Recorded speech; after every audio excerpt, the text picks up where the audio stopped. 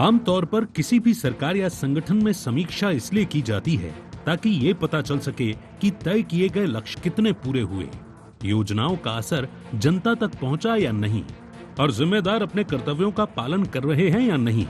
समीक्षा के जरिए कामकाज में खामियों को सुधारा जाता है और भविष्य की रणनीति तय की जाती है।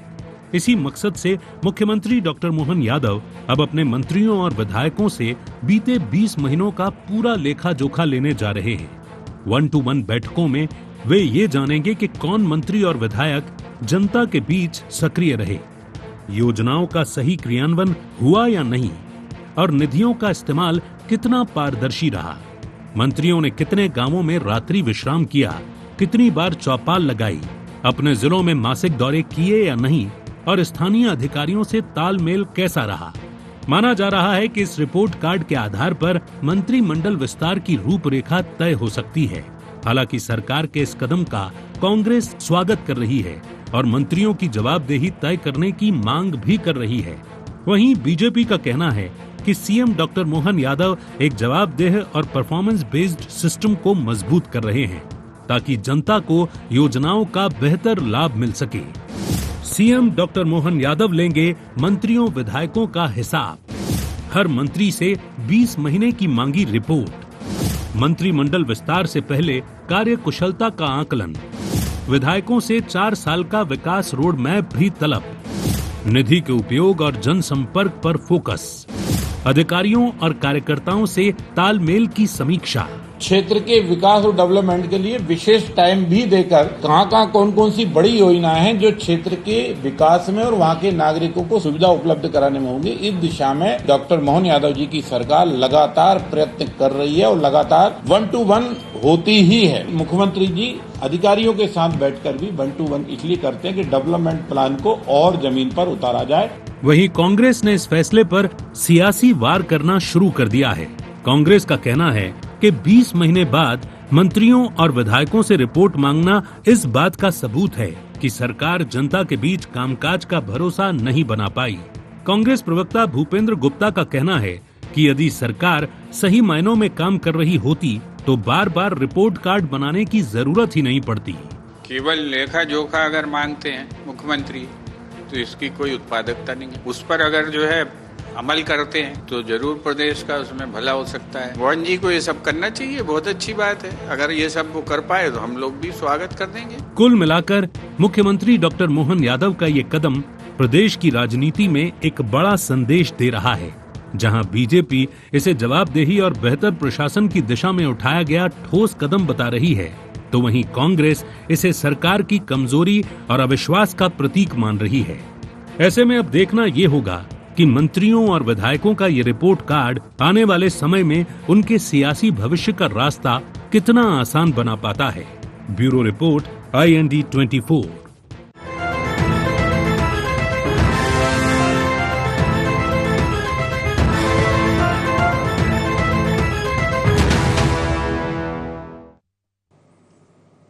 नमस्कार, IND एजेंडे में आपका बहुत बहुत स्वागत है। मैं हूं योगी राज योगेश। एजेंडे में आज चर्चा करेंगे, दरअसल मुख्यमंत्री मोहन यादव ने सारे मंत्रियों का ऑडिट करना शुरू कर दिया है, उनका लेखा जोखा मंगाया है कि अभी तक का जो उनका कार्यकाल रहा, अभी तक जो उनके कार्य के जो दिन रहे वो कैसे रहे, उसमें क्या उन्होंने अचीवमेंट किया, क्या टारगेट हासिल किए, क्या किया जाना बाकी है, क्या कमज़ोरियाँ रहीं, क्या वीकनेस हैं। इसके अलावा जिसके लिए सरकार बनती है, सरकार किसके लिए बनती है? जनता के लिए। जनता से आपका संबंध कैसा है, जनता के बीच आपकी पैठ कैसी है, जनता के काम हो रहे हैं कि नहीं हो रहे हैं। क्योंकि कई बार ये भी देखने में आता है कि जब महत्वपूर्ण जब मौके आते हैं, जब जैसे अपन बात करें किसी इंपॉर्टेंट काम की, तो व्यक्तिगत काम बहुत कम हो पाते हैं। कई बार तो ये होता है कि मंत्री जी दरवाजे पर नेम प्लेट लगा के गायब हो जाते हैं कि मंत्री जी ऑफिशियल टूर पर हैं, तो ऐसे में भी काम प्रभावित होते हैं। लेकिन ये बात बिल्कुल सही है कि कामकाज का लेखा जोखा होना चाहिए, परफॉर्मेंस का आकलन होना ही चाहिए, और 20 महीने में नहीं, ये तो साल 6 महीने में होने वाली एक प्रक्रिया है। ये अलग बात है कि संगठन के पास सरकार के पास बहुत सारे काम रहते हैं, और पिछले 1.25 साल 1.5 साल का कार्यकाल की यदि बातचीत करें तो मुख्यमंत्री जी की बहुत व्यस्तताएं अलग अलग सेक्टर में रहीं, खासतौर पर इंडस्ट्रियल सेक्टर को लेकर जो उन्होंने काम किए, जो दौरे किए, उन्होंने देश प्रदेश और विदेश तक नाप दिया और पूरा फोकस उनका इंडस्ट्रियल ग्रोथ पर रहा। अब थोड़ा सा समय मिला और गतिविधियां तेज हुई, वो इसलिए भी हुई कि अभी संगठन में विस्तार होना है, कार्यकारिणी का विस्तार होना है, जिले में नियुक्तियां होनी है, निगम मंडलों में नियुक्तियां होनी है, तो निश्चित तौर पर ये गतिविधियां तेज बढ़ गई। लेकिन ये गतिविधियां तब और तेज बढ़ी थी जब अभी पिछले सप्ताह जेपी नड्डा जबलपुर आए और उनकी मुलाकात प्रदेश अध्यक्ष हेमंत खंडेलवाल जी से हुई और मुख्यमंत्री मोहन यादव जी से हुई। फिर अभी BL संतोष यहाँ आए तो अभी बातचीत हुई। और आजकल तो राजनीति में होता ही है कि या तो कोई सेंट्रल का बड़ा नेता आ जाए और स्टेट के नेताओं से मिल लें तो सुगबगाहटें शुरू हो जाती हैं। या मध्य प्रदेश के मुख्यमंत्री या प्रदेश अध्यक्ष कहीं दिल्ली दौरे करें आए तो उन्होंने कहा साहब हरी झंडी मिल गई अब तो मंत्रिमंडल, निगम मंडल, इन सब के लिए। बहरहाल ये सारी बातें हैं, लेकिन यदि परफॉर्मेंस ठीक होता है और परफॉर्मेंस का सही आकलन होता है तो ये आने वाले दिनों के लिए बड़ा महत्वपूर्ण डेवलपमेंट होगा। चर्चा आज इसी पर। चर्चा शुरू करने से पहले आइए डाल लेते हैं आज के एजेंडा पॉइंट्स पर एक नजर। सीएम डॉक्टर मोहन यादव की समीक्षा के क्या हैं मायने? क्या परफॉर्मेंस रिपोर्ट के आधार पर होगा मंत्रिमंडल का विस्तार? जवाबदेही से बीजेपी को कितना मिलेगा सियासी फायदा? कांग्रेस क्यों उठा रही मंत्रियों विधायकों की समीक्षा पर सवाल? तो ये थे एजेंडा पॉइंट्स और डिबेट ओपन करूं उसके पहले तमाम मेहमानों से आपका तारुफ करा दूं। मेरे साथ स्टूडियो में बीजेपी के प्रवक्ता राजपाल सिंह सिसोदिया जी हैं। राजपाल जी, प्रोग्राम में आपका बहुत बहुत स्वागत है। कांग्रेस की प्रवक्ता हिमानी सिंह जी हमारे साथ जुड़ी हुई हैं। हिमानी जी, आपका भी बहुत बहुत स्वागत है। और वरिष्ठ पत्रकार देवदत्त दुबे जी हमारे साथ जुड़े। देवदत्त जी, आपका भी बहुत बहुत स्वागत। राजपाल जी, एक तो आप स्टूडियो में मौजूद है तो मेरे सबसे नज़दीक तो आप ही हैं। बिल्कुल सर। और फिर परफॉर्मेंस भी आपके मंत्रियों का परखा जा रहा है, तो शुरुआत आप ही से। बिल्कुल। क्या होगा सब इन परफॉर्मेंस में, कैसे परखेंगे? क्या कुछ क्राइटेरिया तय है, कुछ बिंदु तय हैं? मध्य प्रदेश की जनता ने भारतीय जनता पार्टी को 165 अंक देकर मेरिट में लाने का काम किया है। तो हमने भी मेरिट्स तय किए हैं। सरकार ने भी प्राथमिकताएं भी तय करी है और जो संकल्प लिए थे चुनाव के समय उनको भी हम सिद्ध कर रहे हैं। और डॉक्टर मोहन यादव जी के नेतृत्व में जिस प्रकार से सरकार सुशासन के साथ में मध्य प्रदेश में लगातार विकास के साथ साथ में इन्वेस्टर समिट्स और इत्यादि के एक नए आयाम को छूने का काम कर रही है, निश्चित ही पूरे देश भर में मध्य प्रदेश सरकार की इन विशेष संदर्भों में चर्चा है। और विभागीय स्तर पर तो समय समय पर जो है लगातार बैठकें होती है माननीय मुख्यमंत्री जी के समक्ष। तो विभाग के मंत्री भी होते हैं, विभाग के अधिकारी भी होते हैं और कार्य योजनाएं भी बनती है। कार्य योजनाओं का और जो है प्रेजेंटेशन भी आता है और जितना काम हो गया वो भी सामने आता है और क्या होना है वो भी आता है। परंतु अभी मध्य प्रदेश के माननीय मुख्यमंत्री जी 20 महीने के सरकार के कार्यकाल में मंत्रियों के साथ में अलग से बैठकर और क्या क्या टारगेट्स तय करे थे, कितना अचीव कर लिया, किस प्रकार से और अचीव करना है और तमाम तरह की समीक्षा करने का काम कर रहा है। ये समीक्षा का मतलब यह होता है कि जिसने करा है काम वही बैठ सकता है।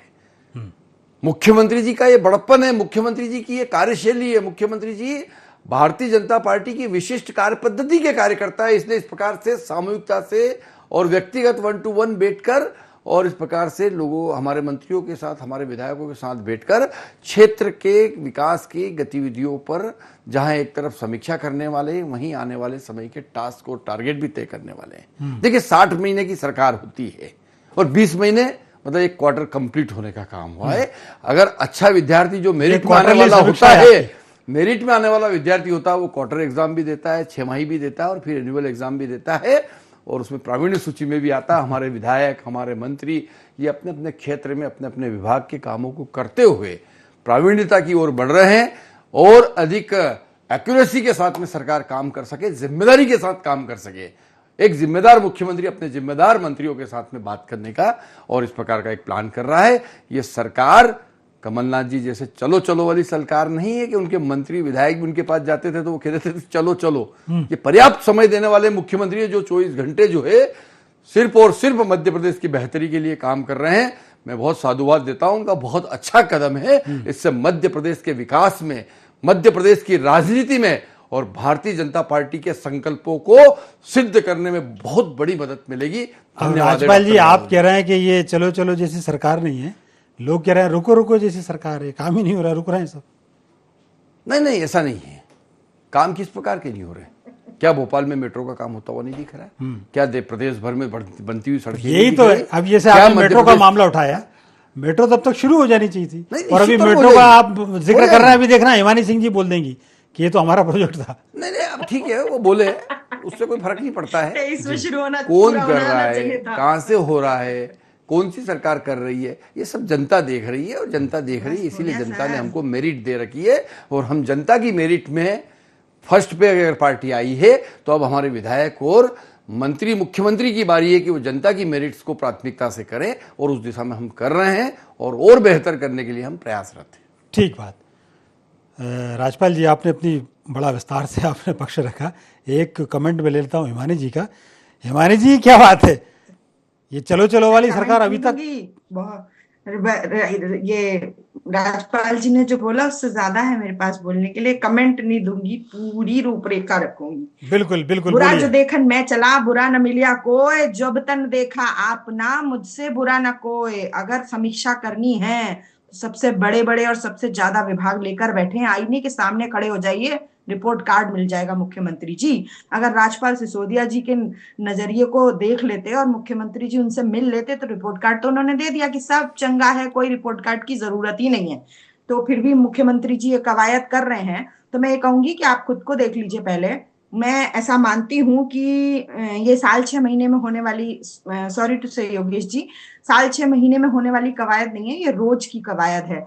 और हमारे लोकतंत्र की सबसे बड़ी खूबसूरती है कि इसके लिए आपको किसी रिपोर्ट कार्ड की जरूरत नहीं है, आपको किसी से पूछने की जरूरत नहीं है। लोकतंत्र ने आपको चौथे स्तंभ के रूप में मीडिया, जो विपक्ष की भूमिका निभाता है, और विपक्ष दिया है, जो रोज आपको आईना दिखाएगा। अगर कहीं कमजोर पड़ रहा है तो आप हमें रिपोर्ट कार्ड दीजिए कि आप लोग हमें हमारी कमियां ठीक से नहीं बता पा रहे हैं, मीडिया वाले और विपक्ष वाले, पर हम रोज बता रहे हैं। अगर आप सिर्फ उनको देख लें, सुन लें और उनको ही सुधारने का काम कर लें तो आपको किसी रिपोर्ट कार्ड की जरूरत नहीं है। जैसे राज्यपाल जी ने बड़े बड़े दावे कर दिए, जो चीज 23 के चुनाव से पहले पूरी हो जानी चाहिए थी, उसे आप हमें दिखा रहे हैं कि आपको होते नहीं दिख रहा। अरे भैया, बात यही है, कब तक होते ही दिखेगा, हुआ हुआ कब दिखेगा? प्रॉब्लम यही आ रही है कि सब कुछ होते हुए ही दिख रहा है। सड़कों पर गड्ढे होते हुए दिख रहे हैं, भरते हुए नहीं दिख रहे हैं। रेलवे का काम होते, मेट्रो का काम होते हुए ही दिखे जा रहा है लगातार कई सालों से। अभी फिर दूसरी चीज बता देती हूँ मैं कि अगर परफॉर्मेंस का सही आकलन करना है तो आप ये बताइए, किसी भी मंत्री या किसी विभाग से पूछेंगे तो क्या वो कभी बोलेगा कि हमने कुछ गलत किया? तो ये रोज होने वाली प्रक्रिया है, जिसको अगर रोज समय से किया जाए तो सभी चीजें सही तरीके से अच्छा हिमानी जी, एक बात में आ जाएंगी। मेरी बात, प्रॉब्लम ये है जी, एक सवाल मेरा भी ले लीजिए आप जी। अब जैसे आपने तो कहा बिल्कुल ये रोज होने वाली है और भाजपा अपने स्तर पर काम कर रही है। आप क्या आपने है ना दिखाने के लिए, दिखाएंगे, दिखा रहे हैं, रोज देखिए ना। एक मिनट मेरा सवाल सुन लीजिए आप। है क्या कि अभी देखिए, सरकार कैसे बने इस बात की तैयारी होनी चाहिए। आप क्या सरकार कैसे गिरी इस बात को लेकर बातचीत हो रही है? कहीं कमलनाथ जी आ रहे हैं, कहीं दिग्विजय सिंह जी आ रहे हैं, वो पुराना चैप्टर ही नहीं भूल पाए अभी तक। अब सर ये भी पुरानी चर्चा हो गई, पर मैं उसके लिए भी बोलना चाहूंगी कि अगर आप सत्ता पक्ष के प्रवक्ता बनकर बैठे हैं और आपको अपनी अच्छाई बनाने, मैंने उनसे अभी सवाल किया, तब आपको नहीं लगा मैं सत्ता पक्ष का प्रवक्ता हूं? वही बोल रही हूँ, मैं वही तो कह रहा हूँ। मैंने उनसे भी क्रॉस सवाल किया, तब आपको हंसी आ रही थी। अब मैंने आपसे एक सवाल पूछ लिया तो आप सत्ता पक्ष का प्रवक्ता बता। अगर आपको कमलनाथ जी का उदाहरण देना पड़ रहा है तो कहीं ना कहीं आपकी अच्छाइयों में ही कमी है कि आप अपनी अच्छाइयों से अपना रिपोर्ट कार्ड नहीं बता पा रहे हैं। आपको कंपैरिजन करके बताना है कि इससे तो मैं ये कह रहा हूँ कि सरकार कैसे गिरी इस पर बातचीत हो रही है आपके यहाँ, कि एक आंख चल रही है कि आधी आंख चल रही है। अगर आपको ये उदाहरण देना पड़ रहा है तो आपको कहीं ना कहीं खुद के गिरेबान में ही झांकने की जरूरत है। और ये बात भी पुरानी हो गई। ठीक है, हम तो विपक्ष में बैठे हैं, आप और हम रोज काम कर रहे हैं, हम तो कुछ भी बात कर सकते हैं। हमारे ऊपर अभी सिर्फ ये जिम्मेदारी की सरकार जो कुछ अपने वादे पूरे ना करे, जो गलत करे उसको हम आईना दिखाएं। तो अगर हम अपने बारे में भी, अपने संगठन को मजबूत करने वाले के बारे में अगर पुरानी समीक्षाएं कर रहे हैं तो उसमें कोई बुराई नहीं है। पर आपको समीक्षा करने के लिए रोज आप और हम पॉइंट्स दे रहे हैं, आपको क्या जरूरत है इसे रिपोर्ट कार्ड मांगने की? रोज देख लीजिए ना, न्यूज देख लीजिए, आपको जो निष्पक्ष लगता है उसको देख लीजिए, मैंने मिल वही जाएगा तो आपको रिपोर्ट कार्ड। मैंने दोनों से एक एक सवाल पूछा, जो हम देख रहे हैं उसी के आधार पे पूछा। जो आप क्या चल रहा है वो भी मैंने पूछ लिया आपसे, जो इनके क्या चल रहा है वो भी मैंने इससे पूछ लिया। अब मैं एक सवाल ले लेता हूं देवदत्त दुबे जी से। जी दुबे जी, जी ये जो जी परफॉर्मेंस बेस्ड जो प्रदर्शन हो रहा है और मुख्यमंत्री जी की जो अचानक सक्रियता बढ़ी है, तो मेरे ख्याल से ये बात तो बहुत सही है कि मुख्यमंत्रियों का परफॉर्मेंस हर महीने जांचा जाना चाहिए, और मंत्रियों का परफॉर्मेंस। और महत्वपूर्ण बात यह है कि परफॉर्मेंस न केवल मुख्यमंत्री जांचे, बल्कि जनता से फीडबैक मिलना चाहिए कि वास्तव में ये मंत्रियों का कामकाज कैसा है, मंत्रियों की जनता के साथ कोऑर्डिनेशन कैसा है, जनता की अपेक्षाओं पर वो कितने खरे उतर रहे हैं।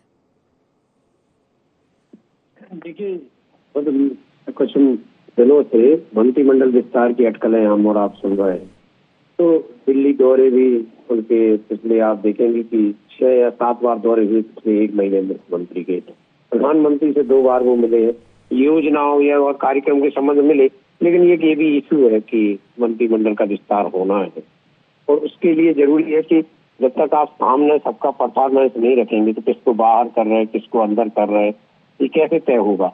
एक रिजल्ट ओरिएंटेड तो काम होना ही चाहिए। परीक्षा में विद्यार्थी पास होता तब तो अगली कक्षा में जाता है या उसी में रुक जाता, तो ये सही है कि ये रिपोर्ट कार्ड होना जरूरी है। जब तक सब प्लस माइनस नहीं होंगे, जो मुख्यमंत्री ने पिछले बैठकों में निर्देश दिए थे, मान लो उन्होंने कहा था कि प्रभार वाले जिलों में रात्रि विश्राम करना है, कार्यकर्ताओं की सुनना है, बीजेपी कार्यालय में मंत्रियों को आना है एक दिन, तो ये और भी चीजें हैं कि कार्यकर्ताओं से आपके संबंध कैसे हैं, आप कितने बार कार्यकर्ताओं से बंगले पे मिलते हैं, कार्यालय मिलते हैं, आप मंत्रालय में सोमवार मंगल को बैठते कि नहीं बैठते। ऐसे बहुत सारे बिंदु थे जो तय किए गए थे शुरुआत में 1-2 बैठकों में। यदि उन पर कोई मंत्री खरा नहीं उतर रहा, और उसके बाद कुछ मंत्रियों के बड़बोले बयानों के कारण चर्चाओं में रहे, कुछ के ऊपर भ्रष्टाचार के आरोप भी लगे हैं विपक्षी दल कांग्रेस द्वारा, और भी ये चीजें सामने आई है, तो जब तक इनका मिला जुला लेखा नहीं होगा तब तक वो कैसे एक आगे की रास्ता तय करेंगे।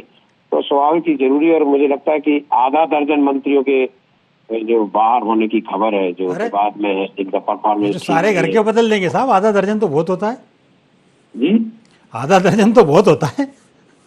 हाँ बिल्कुल, अब वो तो है ना, इतने तो लोग चर्चाओं में, और मुझे लगता है कि 10-12 अंदर 3-4 तो अभी खाली है, और 6-7 वो बदलेंगे तो 8-10 मंत्री नए शामिल होंगे, क्योंकि सरकार और संगठन ये तय कर चुका कि अब जो विस्तार होगा वो 2028 की विधानसभा और 2029 के लोकसभा को चुनाव को ध्यान में रखते हुए कि पार्टी इसीलिए तो वो सुनने पर शिखर पहुंची कि वो जब कमजोर कड़ी जो होती है उसको बाहर कर देती है, वो अपनी छवि नहीं बिगाड़ना चाहती। 2018 में चूक हो गई थी, तो हिमानी जी आ रहा हूँ, मैं आपके पास आऊंगा। बिल्कुल, और फिर 1.5 साल में वो सरकार गिर गई, क्योंकि जब उस समय बीजेपी कॉन्फिडेंस सरकार में आने की, तो अब बीजेपी उससे सबक लेते हुए ये सब कर रही है। और मुझे आप देखेंगे जब मंत्रिमंडल विस्तार होगा तो 6-7 से ज्यादा ही बाहर हो सकते हैं, क्योंकि अकेले मुख्यमंत्री कहाँ तक वो गाड़ी को खींचेंगे, क्या करेंगे, सबका साथ होना जरूरी। जब सब एक साथ वाहन भरते तब सरकार और संगठन की नहीं 6-7 असल में क्या है, मुख्यमंत्री जी के पास भी बड़े भारी भरकम डिपार्टमेंट है, तो वो भी चाहते हैं कि उनके कामों में भी कोई हाथ बटाने वाला आए। वन विभाग खाली है, रामनिवास रावत तो चुनाव हार गए थे, बड़ा विभाग है, और भी बड़े बड़े विभाग मुख्यमंत्री के पास है, तो उनको गृह, होम मिनिस्टर, होम जैसा डिपार्टमेंट अभी सीएम साहब के पास ही है जी, होम है, जनसंपर्क है, खनिज है जी, और भी। राजपाल जी, अच्छा आप ये देखिए कि जरा सी कोई हलचल होती है आपके यहाँ, मैंने जिक्र भी किया था पहले कि चाहे वो दिल्ली से कोई बड़ा आदमी जाए या ये दिल्ली चले जाए, तो हमेशा यही रहता है कि अरे साहब वो अब तो वो हरी झंडी मिल गई उनको, तो हरी झंडी कब से मिल रही है? देखिए, अब ये तो अटकलें रहती है, और जहाँ बात होती है, माननीय मुख्यमंत्री जी जब दिल्ली जाते हैं वरिष्ठ नेतृत्व से मिलते हैं, या वरिष्ठ नेतृत्व जब यहाँ पधारते हैं और यहाँ आकर पार्टी के वरिष्ठ नेताओं से, मुख्यमंत्री जी से बात करते हैं, प्रदेश अध्यक्ष जी वगैरह से, तो वो उस कक्ष में तो वो रहते हैं और वो 2 ही लोग रहते हैं। तीसरा तो कोई होता नहीं है वहाँ। फिर बाहर बैठे हुए जब हम इस प्रकार की बात करते हैं तो निराधार बातें भी निकलती है कई बार और अटकलें भी रहती है। और देवदत्त जी जो बोल रहे थे वो उनके अपने सोर्सेस होंगे, पर मैं ये कहना चाहता हूँ कि भारतीय जनता पार्टी एक विशिष्ट कार्य पद्धति के साथ काम करती है, चाहे हम सरकार में हो चाहे संगठन में हो। हमारा एक माइक्रो लेवल तक का मैनेजमेंट होता है। निश्चित तौर पर मैं ये कह सकता हूँ कि उस माइक्रो लेवल के मैनेजमेंट में जहाँ एक तरफ कार्यकर्ता भी उस काम में लगा रहता है, वहीं दूसरी तरफ सरकार का तंत्र के रूप में, चाहे वो माननीय विधायक हो चाहे माननीय मंत्रीगण हो, वह भी पार्टी और सरकार के बीच में समन्वय बनाते हुए कैसे हम जनता की अच्छा राजपाल जी, एक सवाल में आपसे हम काम करते हैं। एक सवाल में बिल्कुल निष्पक्ष भाव से आपसे पूछूं जी, आप जिस जिले से आते हैं जी, उस जिले के मंत्रियों का परफॉर्मेंस आपकी राय में कैसा है? देखिए हमारे यहाँ तो मुख्यमंत्री जी है ना, मेरे जिले में तो जी माननीय मुख्यमंत्री जी के जिले का मैं निवासी हूँ। मैं माननीय मुख्यमंत्री जी की विधानसभा का निवासी हूँ, मैं उनका वोटर हूँ। मेरे वोट से वो माननीय विधायक के रूप में चुने गए, मैंने वोट दिया है। तो मेरे हमारे नेता है भारतीय जनता पार्टी के, और नेता के साथ साथ में वो मध्य प्रदेश के यशस्वी मुख्यमंत्री हम लोगों के लिए गौरव की, गर्व की बात है। और आज उज्जैन जिस प्रकार से धार्मिक और पर्यटन के मानचित्र पर है, जिस स्तर के वहां कार्य चल रहे हैं, जिस प्रकार से हम सिंहस्थ की तैयारी को लेकर कर रहे, भूतो न भविष्यति। योगीराज जी ये मैं नहीं कह रहा हूं, उज्जैन का बच्चा कह रहा, आप किसी से भी जाके बात कर सकते हैं निष्पक्ष तरीके से जी। वो यही सलाह आएगी, यही राय आएगी वहां से। मुख्यमंत्री जी उज्जैन के लिए, पूरे मध्य प्रदेश के लिए तो कर ही रहे हैं, पर राजपाल जी आज बेटा होने के नाते एक छोटा सा इंटरप्ट कर रहा हूं जी। शिप्रा नदी पार करते समय 3 पुलिस वाले ही गिर गए, उसमें मर गए बेचारे। वो अब वो तो दुर्घटना, उसमें रेलिंग तक नहीं थी उसमें। नहीं, रेलिंग होती है, मैं आपको बताना चाहता हूँ।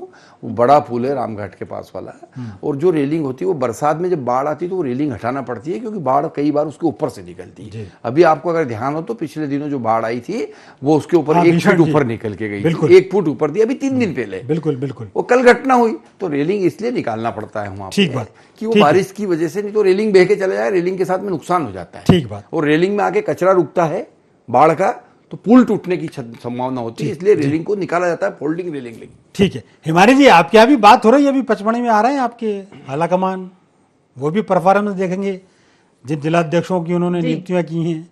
जी देखिए, खुद उन्होंने अभी राज्यपाल जी ने शुरुआती स्टेटमेंट में बोला था कि हमको चुनाव जिताया जनता ने और हम पहुंचे, तो हमें चुनाव जीतना है, हमारे यहाँ मेरिट होना और ये सब होना, अगर हम नहीं करेंगे तो आप भी सवाल उठाएंगे।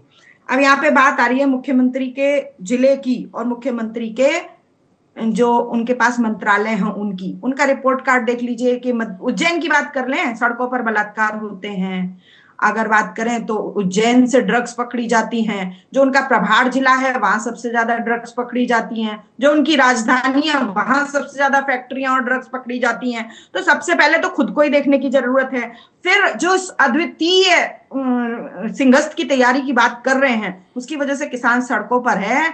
लैंड पुलिंग करके किसानों की जमीन परमानेंट रूप से बिल्डर्स को दी जा रही है, वहां कॉलोनी कटवाई जा रही है और परमानेंट अधिग्रहण किया जा रहा है। अगर कुछ और ना भी समझे तो 12 साल में एक बार आता था, और टेम्परेरी रूप से तो किसान दे ही दिया करते थे। पर आप बताइए, अगर हर खेत में भ्रम फैलाया जा रहा है, हिमानी जी आप गलत बोल रही हैं। खाएंगे क्या राजपाल जी? कुछ नहीं हो रहा है राजपाल जी, खाएंगे ऐसा वहां नहीं हो रहा है जो आप बोल रही हैं।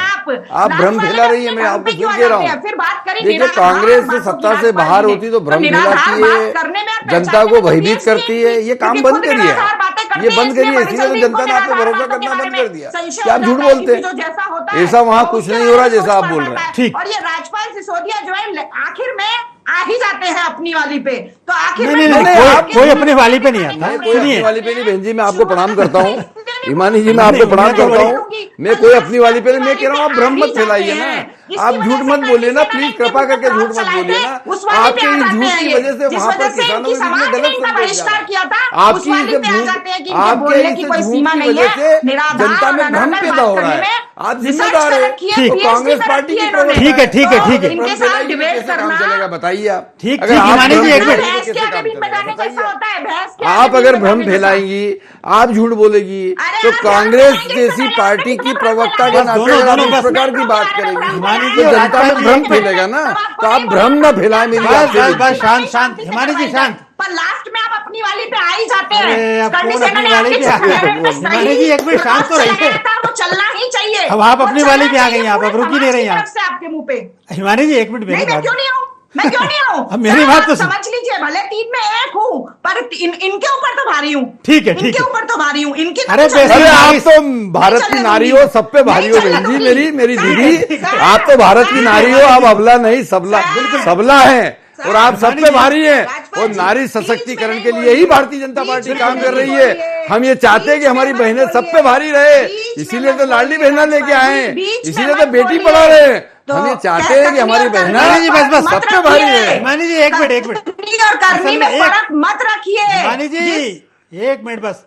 जी। आप इतनी भारी हो गई कि वो पत्रकार साहब से सवाल ही नहीं पूछ पा रहा मैं। एक लाइन में बस बोल दीजिए देवदत्त दुबे जी आप, कि क्या वास्तव में मंत्रिमंडल गठन की तैयारी है? कि ये अभी तो मुझे ऐसा लगता है कि पहले कार्यकारिणी बना लें, फिर निगम मंडल में कर लें और फिर मंत्रिमंडल, बहुत दूर की बात है ये तो। देखिए, कसरत उनकी तीनों पे चल रही, प्रदेश कार्यकारिणी, निगम मंडल, मंत्रिमंडल विस्तार। वो एक दूसरे के पूरक भी चीजें हैं, किसको यहाँ एडजस्ट किया जाए, क्योंकि एक पार्टी ने और फैसला किया है, एक व्यक्ति एक पद का, तो किसको कहाँ रखना है, इस कारण ये सब चीजें हैं। और निश्चित तौर पर मंत्रिमंडल विस्तार की तैयारी है और ये शायद हो सकता है कि अब ये जो श्राद्ध पक्ष चल रहा है इसके बाद करें, तो अभी और थोड़ी मेहनत होगी कि किस किस को ये परफॉर्मेंस रिपोर्ट आ रही है, सबके चार्ट बन रहे हैं, तो होना तो है ये तय है। अब कौन पहले होता है, कार्यकारिणी पहले, निगम मंडलों की, मंत्रिमंडल विस्तार, ये देखने वाली चीज होगी। अभी तो जिलों की कार्यकारिणी बनाई जा रही है, बिल्कुल। तकरीबन 3-4 जिलों की कार्यकारिणी बन चुकी है। ठीक तो बात। बहुत सारी कसरत संगठन और सरकार के स्तर पर चल रही है। बिल्कुल सही बात है। और लोगों से ज़्यादा, जनता से ज़्यादा इस बात का इंतजार भाजपा संगठन के कार्यकर्ताओं को, पदाधिकारियों को भी है, जो बहुत देर से पदों का इंतजार कर रहे हैं। फिलहाल वक्त इतना ही था। आप तीनों का बहुत बहुत धन्यवाद और शुक्रिया। IND एजेंडा में फिलहाल इतना ही। आप हमारे साथ बने रहिए, जुड़े रहिए और देखते रहिए IND 24। नमस्कार।